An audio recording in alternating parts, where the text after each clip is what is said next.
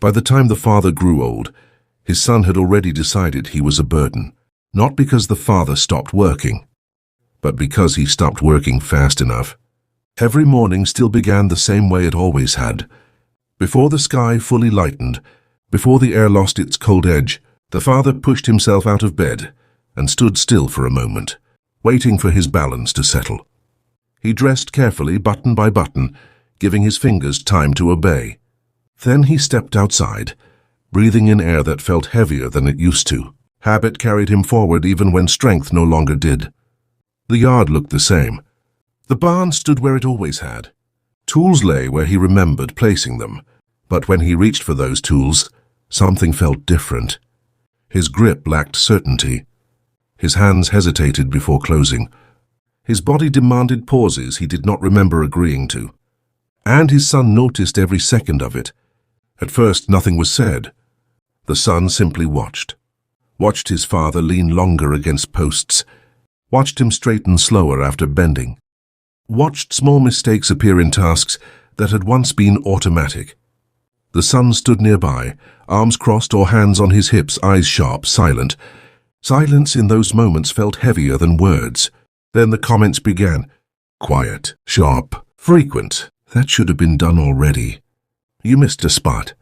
You're slowing things down. The words were never shouted. They didn't need to be. Their calm delivery made them harder to argue with. They sounded practical, reasonable, as if the problem were obvious and the solution simple. The father nodded when they came. Sometimes he smiled, pretending the remarks were harmless. He told himself the boy was under pressure. That responsibility made people impatient. That this was not cruelty, but there was no concern in the tone. Only irritation. The first real change came when the son stopped asking. One morning, the father reached for a tool he had used his entire adult life. Before his fingers closed around it, the son stepped forward and took it instead. I've got it, the son said, already turning away. The father stood there empty-handed, unsure what task had replaced the one taken from him. None was offered. That moment passed quietly. No argument, no apology, just a decision made without him. From then on it happened again and again. The son corrected him in front of others, finished his sentences when he spoke too slowly, answered questions meant for him. When neighbors stopped by, they spoke to the son first. Eventually they stopped looking toward the father at all. The shift happened so smoothly that no one announced it. The father noticed how conversations changed, how people no longer waited for his opinion, how they nodded when the son spoke and turned away before he could add anything. He told himself it didn't matter. That respect naturally shifted with time. But his own transition had never looked like this. Inside the house, the difference was sharper. Meals no longer felt shared. The son ate quickly, sometimes standing, sometimes already focused on the next task. The father sat longer, chewing carefully, aware of how tired his jaw became. He noticed how often the son spoke without looking at him, how frequently his words went unanswered. Decisions were no longer discussed. They were declared. We're selling those this week. I already told him yes. That's how it'll be. Each statement closed a door before disagreement could even form. The father began stepping back before being told. He moved out of the way automatically, sensing impatience before it arrived. He told himself it was easier that way. Less tension, less trouble. But each step back cost him something. The son did not miss this. One afternoon the father dropped a bucket. It wasn't heavy. His fingers simply failed him. Water spilled across the dirt and soaked in quickly. The sound carried farther than it should have. The son looked over and sighed. Not loudly. Just enough. You're wasting time now, he said. The father bent to clean the mess. His back resisted. His breath shortened. He felt heat rise in his chest, a mix of embarrassment and anger he didn't have energy to express. Without asking, the son took the bucket from his hands and carried it away. Stay there, he said. The father stayed. From that day on, the son chose what the father was allowed to do. Lighter work, smaller responsibilities, tasks that kept him occupied without trusting him with anything important. Sweeping, sorting, holding, things steady while others worked. The father complied. Arguing required energy he no longer had. The cruelty grew more precise. If the father took too long, the son reminded him. If he forgot something, it was repeated later. If he made a mistake, it was brought up again the next day. Nothing was allowed to pass. The son remembered everything. At times the father tried to help more than he was asked. He believed effort might restore respect. Each time the result was the same. The son corrected him, repositioned him, or sent him away. "You're making it harder," the son said once without anger. That sentence stayed with him. At night the father lay awake, replaying small moments. A look that lingered too long. A pause filled with judgment. A task taken from him without explanation. He wondered when his son had stopped seeing him as a man and started seeing him as a problem to manage.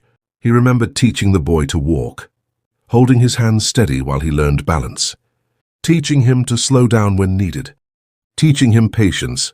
That patience was gone. One evening after a long day, the father tried to speak. Just once. "I'm still here," he said quietly. The son didn't look up. "Then act like it," he replied. There was no anger in the words, just dismissal. After that, the father spoke less. Silence became safer. Days blurred together. The father still woke early, still dressed himself, still moved through the house and yard like someone who belonged there. But his role had changed. He was present, but unnecessary, alive, but in the way. The son never struck him, never raised his voice, never cursed. What he did instead was far more effective. He reminded the father daily of what he no longer was. Each reminder was small, individually easy to excuse. Together they pressed down until the father felt smaller inside his own home. He began to doubt himself, to question whether his memory was failing, whether his opinions had always been less useful than he remembered, whether he had earned the patience he once expected. The son did nothing to stop these thoughts. He encouraged them. By the time winter approached and cold settled deep into the father's joints, something inside him had already begun to give way. He moved carefully now, not just because of pain, but because he feared being noticed. Being noticed meant correction. Being corrected meant humiliation, and humiliation had become a daily routine. The father understood something then, though he could not yet put words to it. This was not a temporary phase. This was not impatience. This was not concern. This was replacement. And the son had no intention of stopping. Cruelty did not arrive as an event. It became routine. The son did not wake up one morning deciding to hurt his father. He simply continued what had already started. Control had become normal. Correction had become habit.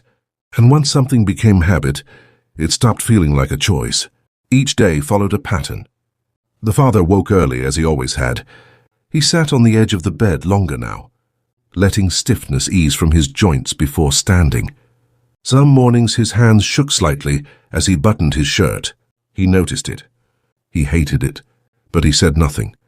By the time he reached the kitchen, the son was already moving, eating, planning, speaking, aloud about the day ahead, without waiting for acknowledgement. The father listened. He waited for instruction. Sometimes it came, sometimes it didn't. When it didn't, he tried to make himself useful anyway. He swept, sorted, carried small items from one place to another, work that kept him busy but out of the way. He learned quickly which tasks irritated the son and which were tolerated. The line moved constantly. If the father crossed it, the son reacted immediately. "Not that. You're doing it wrong. I already said I'd handle it." Each correction came without anger, without explanation, as if the mistake were obvious and the father's failure to see it were proof of decline.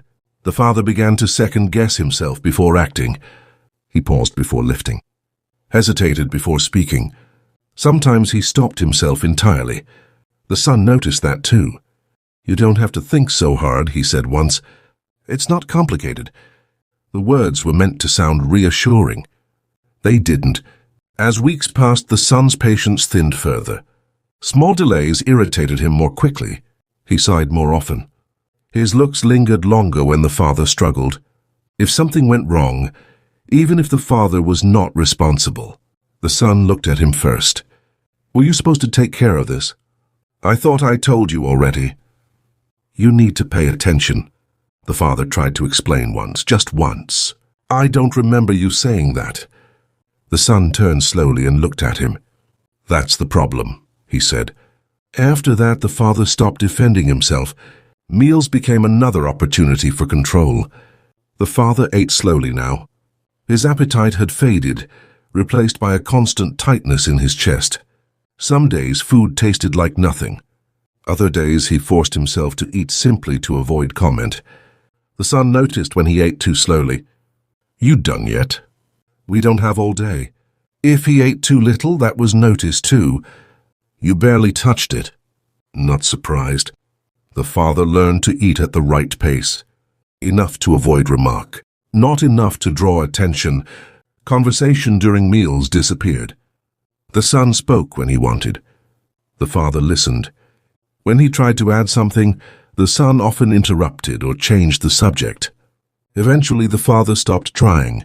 Outside the house, the pattern continued. When neighbors passed by, the son spoke for both of them. When decisions were discussed, the son answered before the question finished. If the father corrected something, even gently, the son reacted immediately. That's not what I said. You're confused. Let me explain. The father watched people accept these corrections without hesitation. He saw their eyes flick toward him briefly, then away. He realized they were adjusting their expectations. So was he. The son began assigning the father specific times to work. Do this in the morning. Rest after lunch. Don't touch that today. The instructions were delivered casually, but they carried authority. The father followed them. Not because he agreed, but because resistance only brought further correction. One afternoon, the father tried to fix something on his own. It was minor, a small repair he had done countless times before. He believed finishing it quietly might prove he was still capable. The son noticed halfway through. What are you doing? Just fixing this, the father said. The son walked over, examined the work, and shook his head. You're going to mess it up. I've done this before. Not like you are now. The son took over without waiting for response. He did not raise his voice. He did not insult him directly. He simply replaced him again. The father stepped back. That evening his hands ached more than usual. Not from work, from being clenched too long. Sleep became difficult. The father lay awake, listening to the house settle. He replayed moments he wished he had handled differently, words he wished he had not swallowed. He wondered how long this version of his life had been forming. He began to realize something unsettling. The son no longer saw him as a person with limits.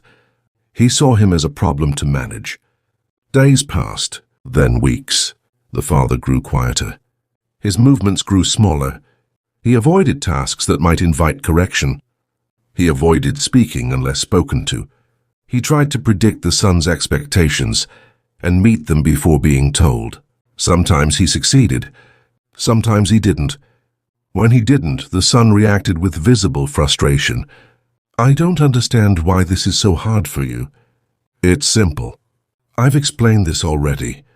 Each sentence chipped away at something inside the father. He began to doubt his own memory, his own judgment, his own worth. He stopped trusting himself. The son noticed the change and mistook it for progress. You're finally listening, he said once. The father nodded. Inside, something folded. Winter deepened. Cold settled into his joints and stayed there. His hands stiffened. His back burned. Tasks took longer, no matter how carefully he moved. The son grew less tolerant. You need to hurry up. We don't have time for this. Just sit down if you're going to be like that. Sitting down felt like surrender, but standing too long brought comment too. The father could not win. One night, after a particularly long day, the father felt a tightness in his chest that did not fade. He sat quietly, breathing shallowly, hoping it would pass. The son noticed his stillness. What's wrong now? Nothing, the father said. The son studied him for a moment. If you're sick, say it, he said. I can't work around guessing. The father said nothing more. He learned then that weakness only created inconvenience, so he hid it. As months passed, the son's tone hardened. His patience shortened. What had once been irritation became expectation. The father was expected to fail, expected to slow things down, expected to be managed. And because those expectations were met daily, they hardened into certainty. The father felt himself shrinking inside his own body. He moved through the house like a guest, like someone who stayed only because leaving was not an option. One evening, as the father struggled to stand from his chair, the son watched without offering help. "Careful," he said. "You don't want to fall again." The word again lingered. The father did not remember falling recently, but he did not argue. He simply stood when he could and moved on. That night, lying awake, he understood something he had been avoiding. This was not going to improve.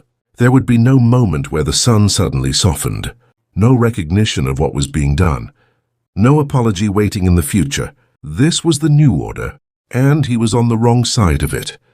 By the time the old man stopped walking into town on his own, the house had already learned a new order. Morning used to begin with the scrape of boots on the porch and the slow cough of a man clearing his chest before work. Now it began with silence. The father stayed in his chair near the window, wrapped in a thin blanket even when the weather warmed.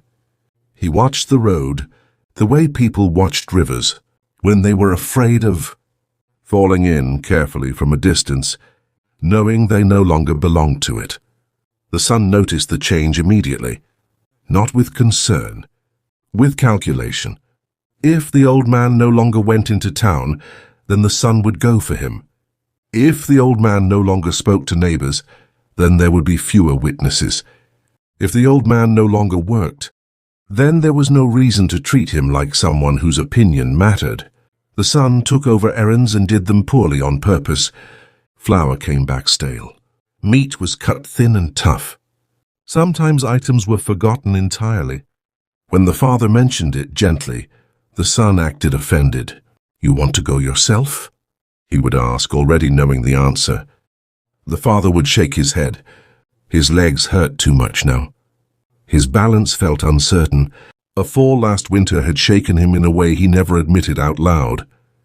He had lain on the cold floor for nearly an hour before the son returned, staring at the ceiling, wondering how a house could feel so empty while someone else was inside it. Meals became quieter. The son ate first, always first. He took the best portions without comment. The father waited, hands folded, eyes down, until he was told he could begin. This rule was never spoken, but it became fixed. When the father once reached for food too soon, the son slapped his hand away with casual force, like correcting a child who had forgotten manners. "Wait," he said. "You're not starving." The word starving landed heavier than the slap. The father said nothing. He withdrew his hand and waited. That night he lay awake listening to the house settle. Wood expanding, boards creaking, the quiet noises of a structure still alive. He thought about how many years he had slept inside, these walls, believing he was safe, believing that age would earn him gentleness. He learned too late that age did not soften everyone. For some people it only clarified what they had always been. The son began speaking for him. When neighbors stopped by, rare now, but not unheard of. The son answered questions before the father could open his mouth. "He's not well," the son would say. Gets confused. If the father protested, the son laughed it off. "See?" he'd say. Just like that. The neighbors smiled politely, uncomfortable. They didn't argue. People didn't like correcting sons in front of their fathers. It felt improper. So they nodded, wished health, and left. Each time the son watched them go with satisfaction. Each time the father felt himself shrink a little more, like fabric washed too many times. Money came next. The son had always handled the heavier work, but the father had kept the accounts. It had been his habit, his way of staying necessary. One afternoon, the son took the ledger from the shelf without asking, and sat at the table, flipping through pages with open impatience. "This is a mess," he said. The father leaned forward, squinting. "It's not," he said softly. "You just don't know." The son closed the book hard enough to make the table jump. "You don't either anymore," he said. "You forget things. You miscount. I'm fixing it." From that day on, the father no longer knew what they had or what they owed. When he asked, the son answered vaguely. When he insisted, the son grew angry. Eventually, the father stopped asking. That was how it worked now. Questions were treated like insults. Silence was the safest position. The father's health declined in ways that felt both sudden and slow. His hands shook when he tried to button his shirt. His knees buckled without warning. He dropped things. Each mistake became another opportunity for the son. "Careful," he'd say, watching closely. "You'll hurt yourself." And then, who am I supposed to deal with? The words stung because they weren't concern. They were inconvenience. One afternoon, the father spilled water on the floor. It was a small thing. "A tipped glass," but the son exploded. "Do you know how much trouble you cause?" He shouted. "I can't leave you alone for a minute." The father bent down to clean it himself, moving slowly, painfully. His back protested. His breath came short. The son didn't help. He stood over him, arms crossed, watching him struggle. "Pathetic," he muttered, not quite under his breath. The father heard it. He always heard. That night, the father cried for the first time in years, quietly into his sleeve. He cried not because of pain, but because he had finally understood something he had refused to see. His son did not hate him. Hatred required emotion. What the son felt was worse. He felt entitled. Winter returned heavier than the last. Cold crept into the bones of the house. The father's joints stiffened. His breathing worsened. He coughed through nights while the son slept undisturbed in the other room. When the father asked to see a doctor, the son delayed. "Soon," he said. "When things settle." Things never settled. By the time the doctor finally came, the old man was thinner, weaker. His voice barely carried across the room. The doctor asked questions. The father tried to answer. The son interrupted. "He exaggerates," the son said. "He's always been dramatic." The doctor looked uncertain but wrote his notes anyway. A few instructions were given. Medicine prescribed. Rest advised. After the doctor left, the son tossed the medicine bottle onto the table. "Expensive," he said. "You'd better not waste it." The father nodded. He took the medicine exactly as instructed. It didn't help much, or maybe it would have, if he had been allowed rest. But the son continued to demand small tasks. "Carry this. Watch that. Sit here, not there." Each demand was framed as reasonable. Each refusal was punished with cold silence or sharp words. One evening, the father collapsed near the doorway. He didn't fall dramatically. He simply sank, like something finally giving up. The son watched from across the room. "Get up," he said. The father tried. His legs failed him. The son sighed loudly as if burdened. "Always something," he said, hauling the old man up with rough hands. "You're going to kill yourself if you keep this up." The irony never crossed his mind. The father's death did not come with dignity. There were no last speeches, no reconciliations. It came quietly in the early hours of a grey morning, with shallow breaths that grew farther apart until they stopped. The son found him later. He stood over the body for a long time, waiting for something to happen. For anger, for grief, for relief. What he felt instead was annoyance. The house felt heavier now, colder, like something had been left unfinished. The burial was simple. Neighbors came out of obligation. They spoke kindly of the dead. The son nodded, accepted condolences, performed the appropriate expressions. Inside he felt nothing. By evening he was alone in the house. He slept in the father's room that night. Not out of sentiment, out of practicality. It was warmer. Years passed. The son married. Had a child of his own, a boy. At first he was proud. He held the child high. He imagined authority, legacy, someone who would listen to him. depend on him, fear disappointing him. As the boy grew, impatience crept in. Children were loud, slow, disobedient. The son corrected harshly, then harder. He told himself it was discipline, necessary, familiar. The boy learned quickly what silence could protect him from. Time moved the way it always does, without permission. The son aged. His hair thinned. His hands stiffened. His steps slowed. He noticed changes and dismissed them. He was not weak.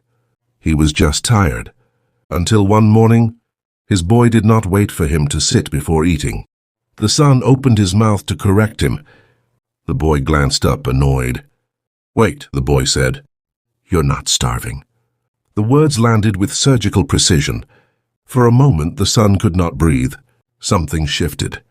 Not fully, not yet, but enough to feel it, enough to recognize a shape he had once known. The house had learned a new order again, and this time he was on the wrong side of it. At first, the son told himself it was nothing. Children repeated phrases all the time. They copied tone. They echoed what they heard without understanding it. That was what parents always said when something uncomfortable surfaced. It was easier to believe than the alternative. Still, the words stayed with him. "You're not starving." They followed him through the day, repeating themselves in his mind with a calm cruelty that felt rehearsed. He remembered saying them once, years ago, standing over a shaking old man who had waited for permission to eat. He remembered the look on his father's face then. Not anger, not fear exactly. Something quieter, something like resignation. The son pushed the memory away. He had work to do, a house to run, a child to raise. But the house felt different now.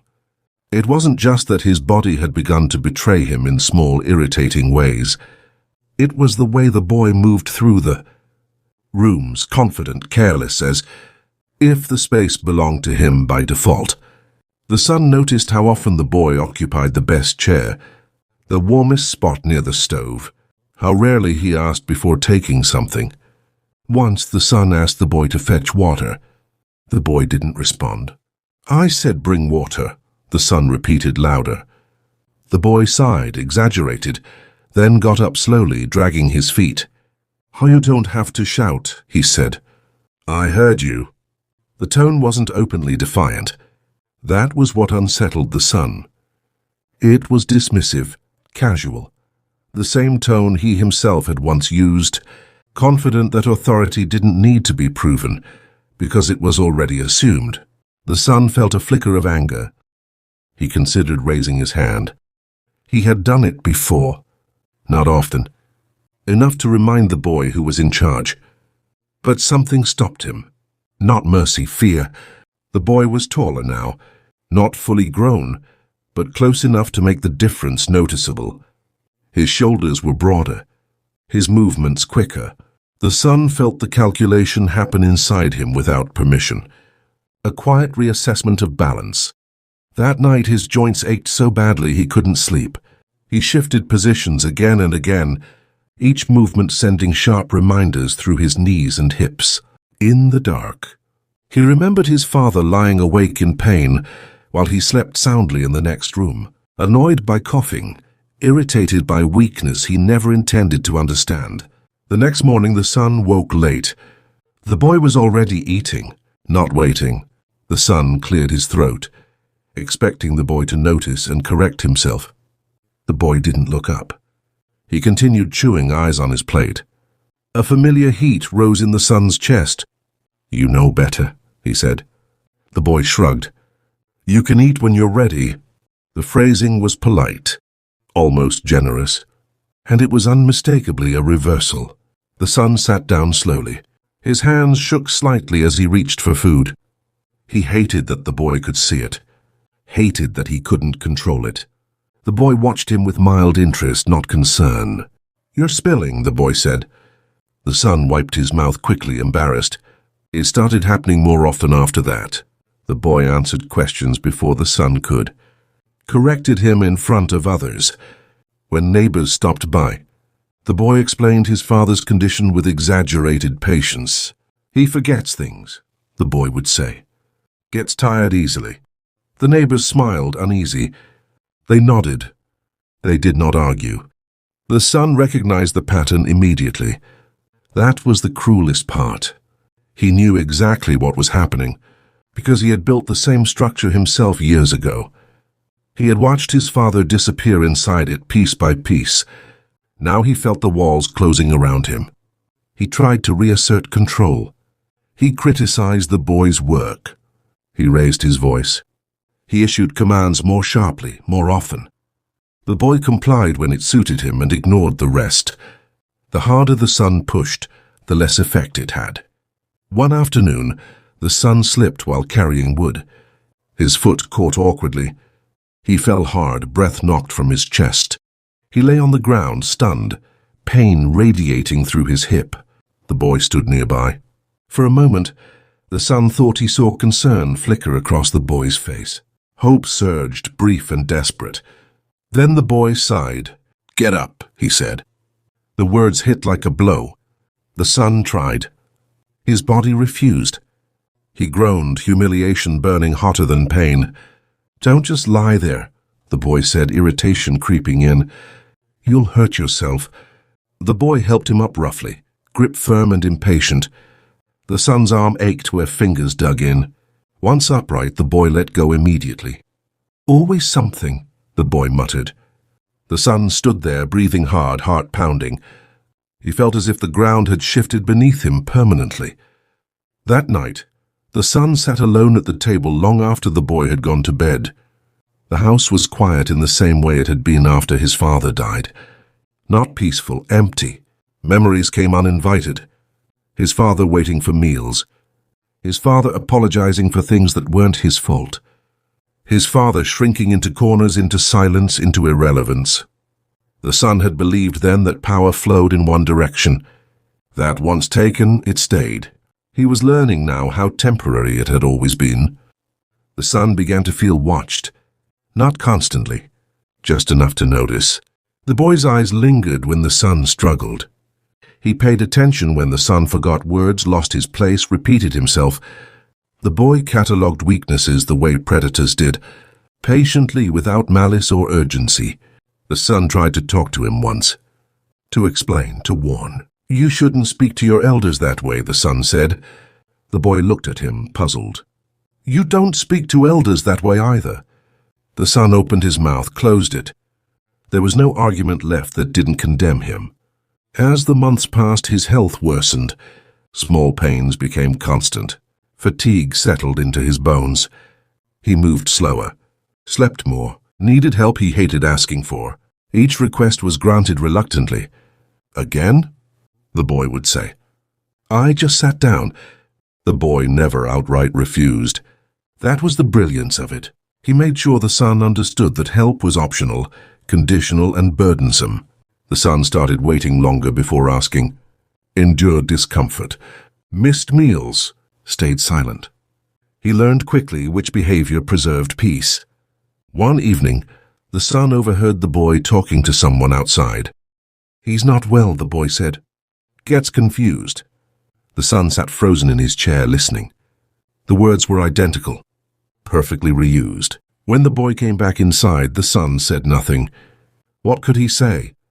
That the script was familiar? That he recognized his own voice in his son's mouth? That night, he dreamed of his father. The old man sat in his chair by the window, staring out at the road. He did not look angry. He did not look sad. He simply looked tired. The son tried to speak, but no sound came out.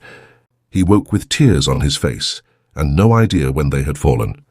The realization crept in slowly, painfully over weeks rather than days. This was not coincidence. This was not bad luck. This was not a cruel child acting out. This was repetition. The son had built a world where weakness deserved punishment, where authority justified cruelty, where dependence erased dignity. He had taught those rules carefully daily, without ever meaning to pass them on. Now he lived inside them. The boy had learned well, and the son understood with sickening clarity that the lesson would not stop here. Time had more to take, and it would take it from him the same way he had taken it from his father. By the time the son admitted, if only to himself, that he was afraid of his own house, it was already too late to change anything. Fear didn't arrive loudly. It didn't announce itself the way pain did. It settled in quietly, disguised as caution, as calculation, as the careful weighing of words before speaking. He learned which questions irritated his boy, and which requests earned sighs instead of silence. He learned the safest times to ask for help and the worst times to need it. This was how his father had lived at the end. That thought alone was enough to make the son's stomach tighten. His body continued its slow betrayal. His hands lost strength first. Simple tasks became humiliating struggles, opening jars, tying knots, lifting anything heavier than it looked. When things slipped from his grip and shattered on the floor, the boy didn't rush to help. He watched. Not cruelly, not with anger, with mild inconvenience. "Be careful," the boy would say, echoing words the son himself barely remembered saying years ago. "You're making a mess." The son bent down to clean it himself. His knees screamed in protest. His breath came in short pulls. Sometimes he had to pause halfway down, one hand braced on the table. Heart pounding, vision swimming. The boy never moved unless asked. And even then, not quickly. Each small failure felt like a public event, even when no one else was there. The son felt observed by the walls, by the furniture, by the memory of how things had once been. He had lived his life believing control was permanent. Now he understood how fragile it had always been. One afternoon he forgot where he put his coat. He searched the house twice before asking, "Did you move my coat?" he said, trying to sound casual. The boy didn't look up. "You hung it wrong again." Again. The word implied history, pattern, incompetence. "It was fine," the son said weakly. The boy finally turned to him. His expression wasn't hostile. It was worse than that. It was patient. "You forget things," the boy said. "It's not your fault." The son felt something inside him collapse. That was the sentence he had once used to erase his father's objections. The same tone, the same false kindness layered over dismissal. Hearing it directed at him felt like being stripped in public. Neighbors still came occasionally. Less often now. The boy always answered the door. He explained everything before his father could. "He doesn't get out much," the boy said. "Too tiring for him." The son sat nearby, present but invisible. When he tried to speak, the boy finished sentences for him. When he corrected something, the boy smiled apologetically at the visitor. "He gets confused," the boy would say. The son stopped correcting him. It wasn't worth the effort. At night, the son's thoughts grew louder. Sleep came in pieces. He lay awake replaying moments from his father's last years, seeing them clearly now, not as isolated incidents, but as a steady erosion. He remembered how certain he had been that none of it mattered. That old people were dramatic. That weakness exaggerated everything. He wondered how many times his father had lain awake doing the same thing, replaying conversations, wondering where he had failed as a parent, asking himself how he had raised someone capable of such quiet cruelty. The son wanted to speak to his boy, to explain, to apologize, to warn him. But every time he tried, the words stuck. What could he say that didn't expose him completely? One evening, his body failed him in a way he could not hide. He stood up too quickly and the room tilted violently. His vision darkened at the edges. He reached for the table but missed, crashing to the floor hard enough to knock the air from his lungs. The boy rushed in, annoyed more than alarmed. "What now?" he said. The son lay there gasping, chest tight, heart racing wildly. For a moment, he genuinely believed he might die on that floor. "I can't get up," he whispered. The boy stared at him. Then he crossed his arms. "You shouldn't move so fast," he said. "I've told you that." The boy helped him up, but not gently. Fingers dug into his arm, pulling with impatient strength. Pain shot through the son's shoulder. Once upright, the boy released him immediately. "You're going to hurt yourself," the boy said. "And then I'll have to deal with it." The words echoed so precisely that the son felt dizzy again. That night, something shifted inside him completely. This was no longer about authority, or discipline, or respect. This was about inevitability. He had passed something down without realizing it. A way of seeing weakness. A way of treating dependence as inconvenience. He had not taught cruelty directly. He had demonstrated it daily. The boy had learned exactly what mattered. Days blurred together. The son ate less, slept more. His appetite faded, replaced by a dull nausea that never fully left. When he skipped meals, the boy noticed only when it affected him. "You didn't clean up," the boy said once. "If you're not going to eat, at least don't leave things around." The son apologized. The word tasted wrong in his mouth, too familiar. One afternoon, alone in the house, the son wandered into the room that had once belonged to his father. It had been repurposed over the years, but something about the light was the same. The angle, the quiet. He sat in the chair near the window. The road outside looked unchanged, dusty, empty, and different. For the first time, he allowed himself to imagine his father sitting here, day after day, watching life move past without him, waiting for footsteps that didn't come, waiting for kindness that never arrived. The son bowed his head and cried openly. There was no relief in it, no release, only recognition. When the boy came home and saw him there, he frowned. "What are you doing in here?" he asked. The son looked up slowly. His eyes were red. His face looked older than it ever had. "I used to make him sit here," the son said quietly. The boy stared at him, confused. "Who?" "My father." The boy shrugged. "You should rest. You look tired." That was the end of the conversation. The son understood then that confession would not save him. Apology would not undo the lesson. Awareness did not grant mercy. Time did not reverse itself simply because someone finally understood it. As he returned to his own room, moving carefully, leaning on the wall for support, the son felt the weight of what was coming, not all at once, slowly, daily, in the same measured way he had once taken everything from another man. He had lived long enough to see the pattern complete itself, and the pattern was not finished yet. Dependence arrived quietly, the way dusk did, not as a sudden darkness but as a gradual loss of detail. The son noticed it first in the mornings. His body took longer to obey him. His legs felt heavy when he swung them off the bed. His hands trembled when he reached for clothes. He learned to sit still for a few moments before standing, waiting for the world to steady itself. Waiting had become his strongest skill. The boy noticed, too. "You up yet?" The boy would call from the other room, not bothering to check. The son answered slower each time. "Coming," he would say even when he wasn't. He hated how familiar the lie felt. Small permissions replaced freedom. He asked before using things that had once been his without question. He asked before moving furniture, before lighting the stove, before leaving the house. Each request carried a quiet awareness. The answer could be no, and there would be nothing he could do about it. The boy never denied him outright. That would have felt too obvious. Instead, he delayed. "Later," the boy would say. "Not right now." "Do you really need to?"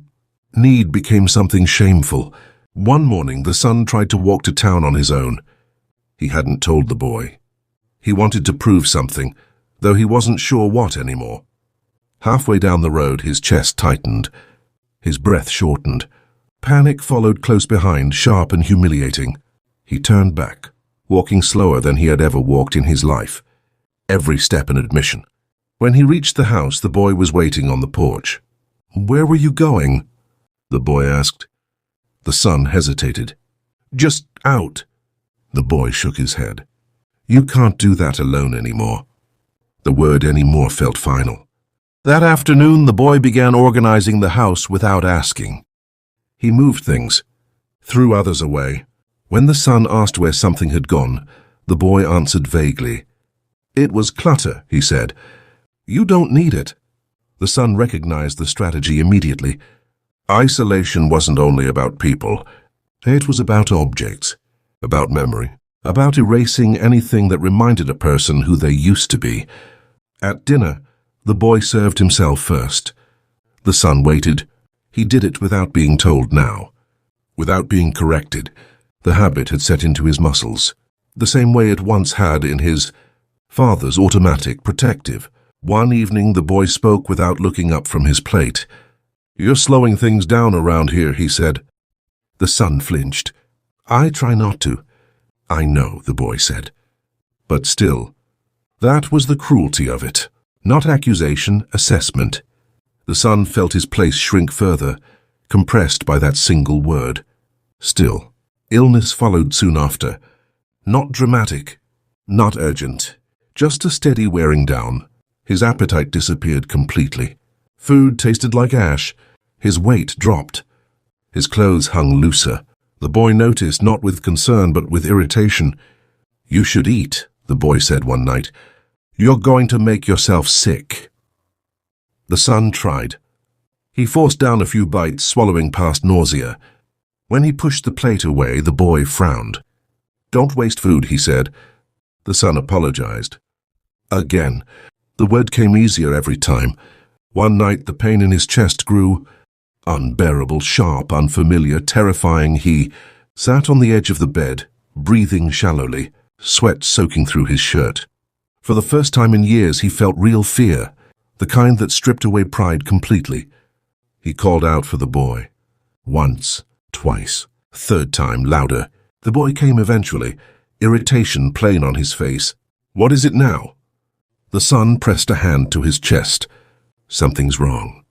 The boy studied him for a moment, not alarmed, considering. "So you've been complaining a lot lately," the boy said. "You need to stop working yourself up." The son's vision blurred. "Please," the boy sighed. "Sit down. I'll get water." He returned slowly. The son drank, hands shaking violently. The pain eased but did not vanish. He sat there, humbled beyond words.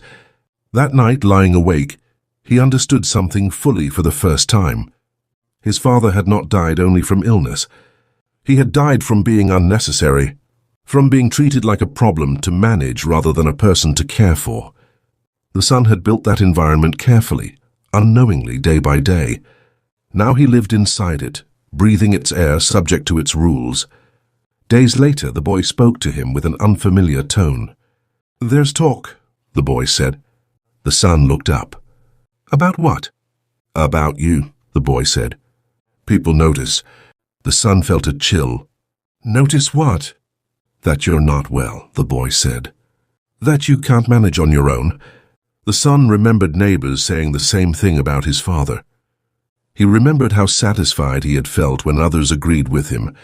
"What are you saying?" the son asked. The boy shrugged. "Nothing yet." Yet. The word hung there, heavy with future meaning. The son spent more time sitting now, less time moving. He watched the house the way his father once had, memorizing sounds, patterns, moments of warmth. He wondered when the boy would decide he was more trouble than he was worth. The realization did not bring anger. It brought regret, pure crushing too late. One afternoon the boy stood in the doorway and watched him struggle to stand. "You know," the boy said, "things would be easier if you just let me handle more." The son nodded. He had no strength left to resist.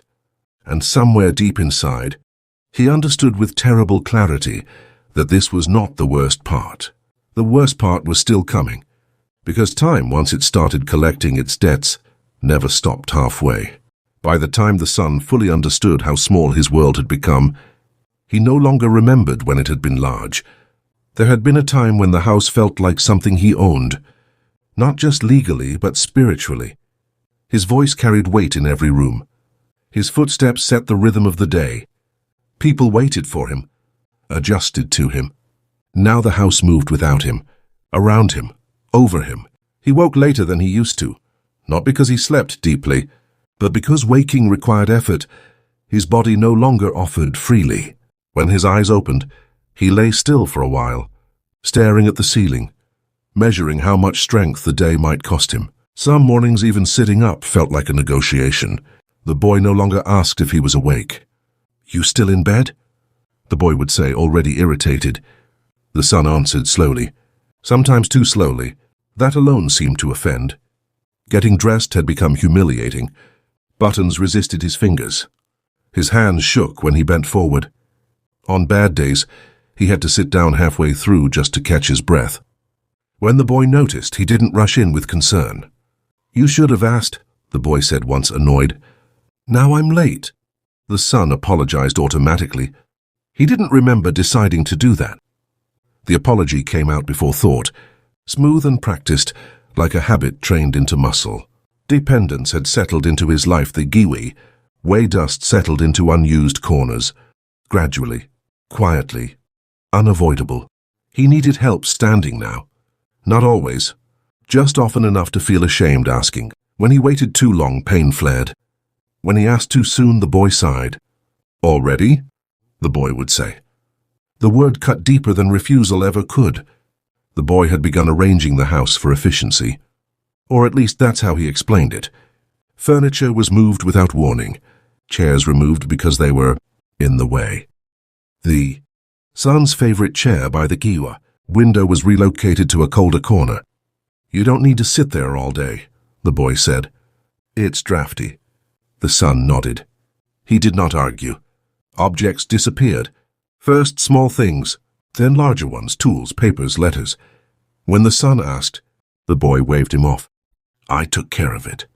"What does that mean?" the son asked once. The boy looked at him with open impatience. "It means you don't have to worry about it anymore." That word wasn't spoken every time, but it was always implied. Meals followed a strict unspoken order now. The boy ate first, always. Sometimes, the son waited so long that the food cooled completely. Sometimes he forgot to eat at all until the boy noticed the untouched plate and frowned. "You didn't eat," the boy said, irritated. "That's why you feel weak." The son forced himself to swallow a few bites, stomach tight, appetite gone. When he stopped, the boy watched him closely. "Don't waste it." The son apologized again. He remembered with a clarity that made him sick, watching his father sit at the table years ago. Hands folded, eyes lowered, waiting to be allowed. He remembered thinking it was necessary, efficient, correct. Now it was simply how things were. The boy began speaking about him as if he were already absent. He can't remember schedules anymore. He gets tired easily. He needs supervision. The son sat nearby while these things were said, present in body, erased in practice. When he tried to speak, the boy gently interrupted. "I've got it," he said. The neighbors nodded. They always did. The son stopped, correcting him because every correction required strength he didn't have, and every failed correction made things worse. One afternoon, while trying to wash himself, he slipped in the basin and hit his hip hard enough to make his vision blur. He cried out before he could stop himself. The sound startled even him. It was thin, weak. The boy came running, anger already forming. "What happened now?" "I fell," the son said, breathless. "I can't." The boy pulled him up roughly, grip firm, unforgiving. Pain shot through the son's leg. "I told you not to do this alone," the boy said. "You never listen." The son nodded, biting back tears. "I won't again." The promise tasted bitter. After that, the boy insisted on helping with bathing. Not gently, efficiently, quickly, like a task to get through. The son stared at the wall while it happened, cheeks burning, dignity stripped away one motion at a time. He did not protest. That was the worst realization of all. He was cooperating. At night, sleep abandoned him. He lay awake listening to the boy move through the house, confident, careless, unaware of how loud his footsteps sounded to someone who felt himself disappearing. The son thought of his father lying awake years ago, listening to him come home late, irritated by the sound of coughing from the other room. He wondered how many nights his father had waited for morning, believing it might be kinder. Morning never was. The son tried once desperately to explain. "I didn't mean for things to be like this," he said quietly one evening. The boy didn't look at him. "Like what?" The son hesitated. His courage faltered. I see things differently now." The boy sighed. "You're tired." "You shouldn't think so much." The conversation ended there. Regret arrived fully then. Not dramatic, not loud, just heavy, settled, permanent. He saw every moment clearly now. Every dismissal, every sigh, every time he had made his father feel like an inconvenience rather than a person. He had believed strength excused cruelty, that authority justified impatience. Now he understood. Understanding did not soften the boy. It only sharpened the son's pain. The boy grew more comfortable giving orders. Sit here, don't touch. That weight, he spoke with the same calm certainty the son had once used, the same tone that allowed no argument. One day the boy locked the front door and pocketed the key. Just in case, he said. The son stared at the door for a long time after. That night, sitting alone in the dim light, the son whispered the truth he could no longer escape. This is what I taught him. No one answered, and he finally accepted what had been forming for months. This was not going to end with reconciliation. There would be no forgiveness scene, no tearful understanding, no redemption earned through awareness. Time did not care when lessons were learned. It only cared that they were repeated. The son closed his eyes, exhausted beyond sleep, knowing the final stage was close now, not because he feared death, but because he feared living long, enough to feel every last piece of what he had once given away so freely. The end did not come suddenly. That was the cruelest part. It came the same way everything else had in the son's life once. Strength began leaving him, quietly, reasonably, wrapped in language that made it sound like care instead of removal. By the time the boy decided the son should no longer sleep in his own room, the son did not argue. He barely reacted at all. His body had already learned something his pride had not fully accepted yet. Resistance only made things worse. Speaking up only sped things along. It's easier this way, the boy said, standing in the doorway. I can keep an eye on you. The son nodded. He was moved into a smaller room at the back of the house. The bed was narrow and low, difficult to get in and out of. The window was smaller, letting in less light. The air felt colder there, even during warmer days. The door stayed open, not out of kindness, but convenience, so the boy could see him without stopping. That first night, the son lay awake staring at the ceiling, listening to the house move around him. The sounds were familiar. He had lived with them all his life. The floorboard near the stove still creaked the same way. The wind still slipped through the frame near the back wall. What frightened him was not the sounds. It was how little they seemed to belong to him now.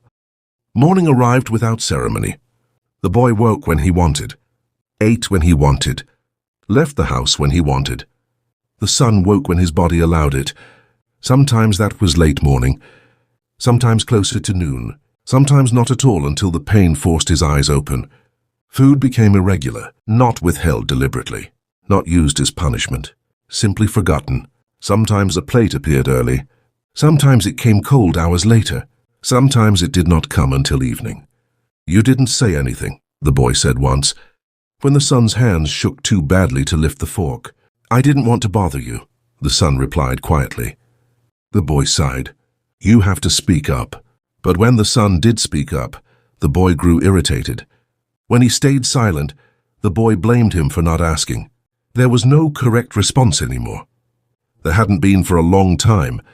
The son's body failed in small, humiliating ways. Standing required help now. Walking more than a few steps made his chest tighten and his legs tremble. Sitting upright too long left him dizzy. His hands shook constantly, making simple tasks impossible. The boy noticed, but only as a problem to manage. You're getting worse, the boy said one afternoon, watching him struggle to stand. This isn't sustainable. The word landed hard. Sustainable. The son remembered using that same word once, years ago, talking about his own father, explaining things to neighbors, justifying decisions that stripped another man of dignity, one piece at a time. He understood now what the word really meant. It meant replaceable. Accidents became unavoidable. Control slipped. Shame arrived without warning. When it happened, the boy cleaned him quickly, efficiently, with visible frustration. The son stared at the wall, cheeks burning, wishing his body could disappear. You have to try harder, the boy muttered once. The son almost laughed. Try. That word belonged to a different life. Visitors stopped coming entirely. The boy said it was better that way. Too tiring. Too confusing. The son spent long hours alone, listening to his own breathing, watching dust float through narrow beams of light. In those hours, memory became relentless. He remembered his father sitting alone like this, watching the same slow movement of light across the floor, waiting for footsteps, waiting for permission to speak, waiting for kindness that never came. He remembered dismissing it all. He remembered believing that old age exaggerated suffering, that weakness made people dramatic, that none of it mattered. Now he knew better. One evening, the boy sat across from him and spoke calmly, as if discussing weather. "We've talked about this," the boy said. "You can't be alone like this." The son nodded. "I know." Agreement made things easier. The boy visibly relaxed. "There's a place," the boy continued. "They can take better care of you." The son did not ask where. He did not ask when. He had surrendered the right to ask questions years ago, piece by piece, apology by apology. That night, sleep never came. He lay awake, replaying scenes from decades ago. His father apologizing for nothing. His father waiting to eat. His father shrinking into silence. He saw now how cruelty had not arrived with shouting or violence. It had arrived with sighs, with impatience, with the slow removal of relevance. The morning came quickly. The boy dressed him efficiently, without conversation. The son struggled to stand, legs shaking violently. The boy grew impatient. "Hurry," he said. "We don't have all day." Outside, the air was cold and sharp. The road looked exactly the same as it always had. The same road his father had watched from the window until he could no longer walk it. The son felt an unexpected calm settle over him as they moved away from the house. Something terrible became clear. This was the first time in years anyone had taken him anywhere at all. The place they brought him to was clean, quiet, organized, efficient. The boy spoke to others about him, as if he were a task being handed over, conditions, needs, limitations. The son listened. He had once spoken this way himself. When it was done, the boy stood in front of him. "This is for the best," the boy said. The son nodded. "I'll come by," the boy added, already stepping back. The son did not answer. Promises no longer carried weight. The boy left without looking back. The room was small, the bed narrow, the light harsh and unfamiliar. Sounds of other lives echoed through the building. Coughs, murmurs, footsteps, quiet despair. That night, lying alone, the son finally stopped pretending. There was no misunderstanding. There was no cruel fate. There was no bad luck. There was only consequence. He had believed strength excused cruelty. He had believed authority erased responsibility. He had believed time would protect him. Time had done the opposite. It had waited. And now it had taken everything back. The son lived long enough to understand what he had done. And that understanding did not save him. It stayed. If you believe some lessons arrive too late, and some punishments don't look like punishment at all, then stay with this channel. Subscribe and keep listening.